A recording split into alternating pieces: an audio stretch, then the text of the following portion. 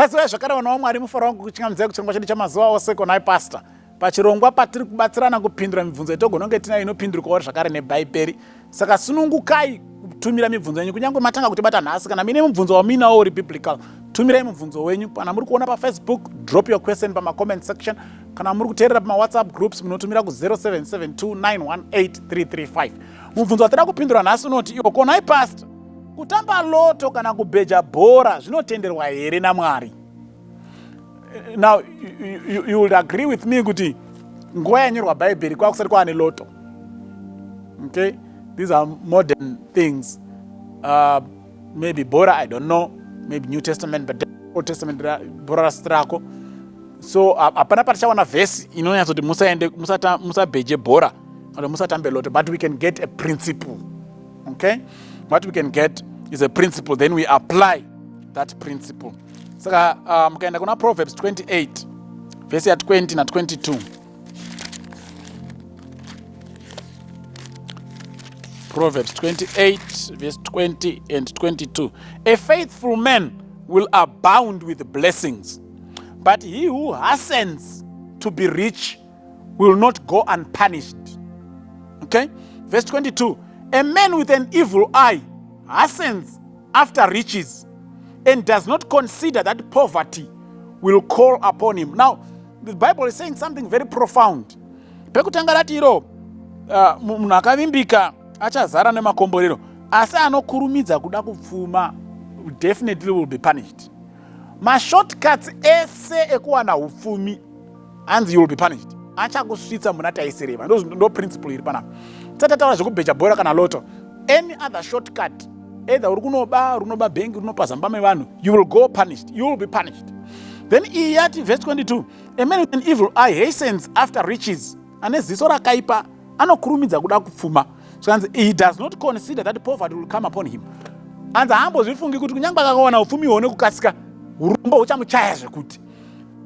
Vese vakabheja bhora to chinyi. Okay, sati vese vazhinji vavo iko zvino nhasi ukabvunza kuti ane chii, haana kana chainacho kana one.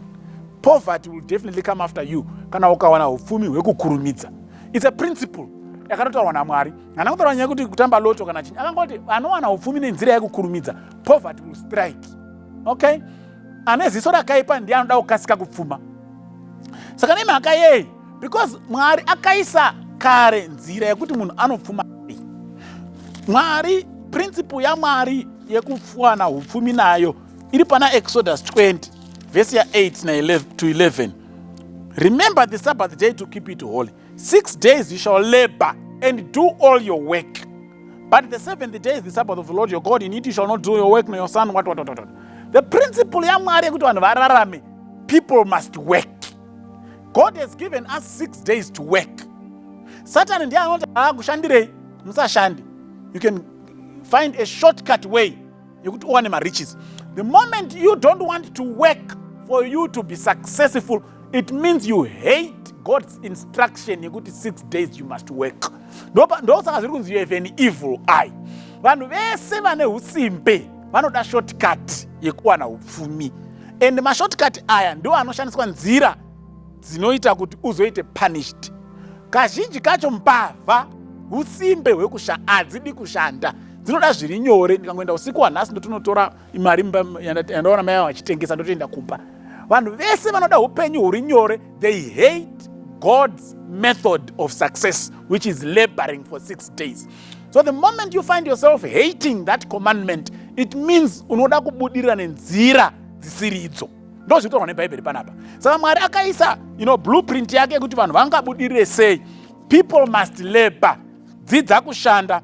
2 Timothy chapter 3 verse 1, 2 na 3. Ndiri kunyanya kuda verse 3 yacho. 2 Timothy chapter 3 verse 1, 2 na 3. Know this that in the last days perilous times will come.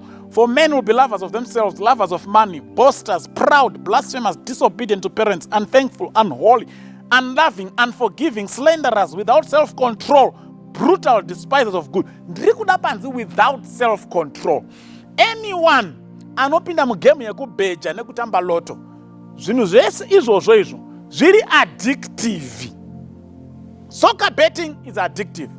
Casino is addictive. Lotto is addictive. Hakuna chinhu chiri addictive chakazombokunakira muupenyu.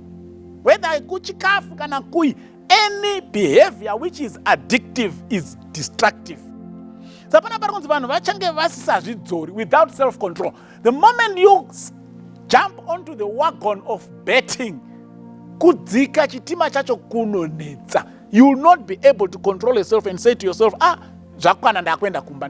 Bvunzai vanhu vese vanoenda kukasino vanoenda kuloto. Unoenda kukasino kunoendwa ma7 unobva makwakuedza uchingotamba chete uchidyiwa mari inomboita iri kuhwinisa ichikudya kusvika kwaedza kwavhaunzi chibuda iri kwanhazi zvapera moenda kumba modzokazve. It becomes an addictive behavior. There is no addictive behavior which will see you go through the kingdom, into the kingdom of God, because addiction inoreva kuti you have lacked self-control.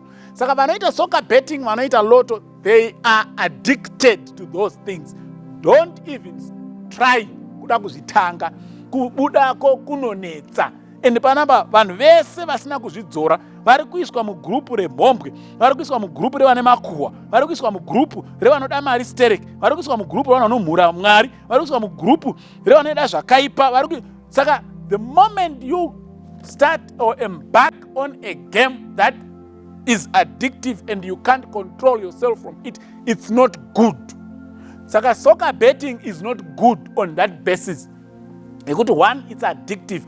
Two, it's a shortcut way to earn riches. But Mwari anoti kuti upfume shanta.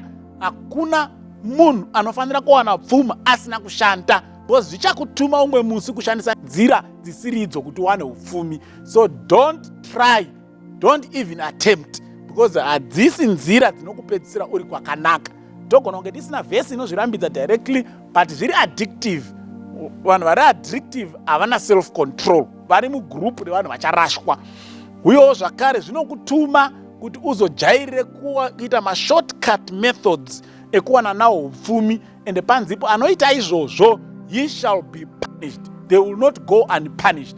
And anopanisha ndiMwari.